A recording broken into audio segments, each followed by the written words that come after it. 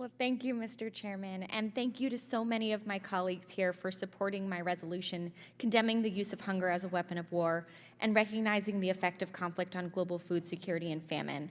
I also want to thank Congressman Meyer for partnering with me on this bipartisan resolution.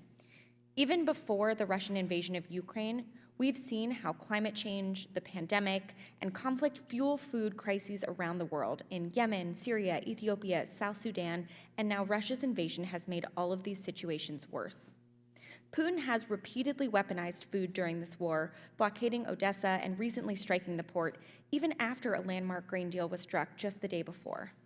But we also have to recognize that we can't only sound the alarm and mobilize aid and attention when and where humanitarian crises affect people who look like us. Around the world, millions are hungry and suffering as a direct result of Putin's relentless crusade for power. Oxfam and Save the Children estimate that more than 23 million people in the Horn of Africa are facing extreme hunger because of Russia's invasion. Afghanistan continues to face an acute humanitarian crisis where 23 million people face severe food insecurity. Haiti imports 70% of its food mainly from Russia and Canada, and today 45% of the Haitian population faces acute hunger. In Ethiopia, 12 million people in Tigray, Amhara, and Afar are in dire need of humanitarian assistance and rely on wheat imports from Ukraine and Russia.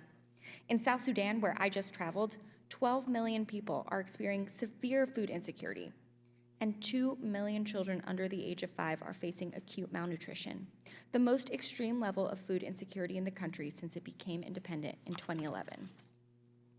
Just last week, I met with World Food Program Director David Beasley, who told me that actually there's no longer a supply issue, it's an access issue, meaning we have enough food to feed people around the world and stem these crises.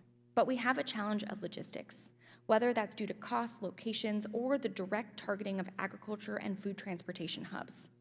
That's why it's so important that we, as a body, recognize these impacts, condemn starvation of civilians as a weapon of war, and call on the United States government here in Congress and in the administration to continue addressing these crises and hold perpetrators accountable.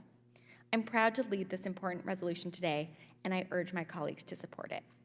I yield back the balance of my time. Gentlelady yields back the balance of her time. I now recognize Representative Davis.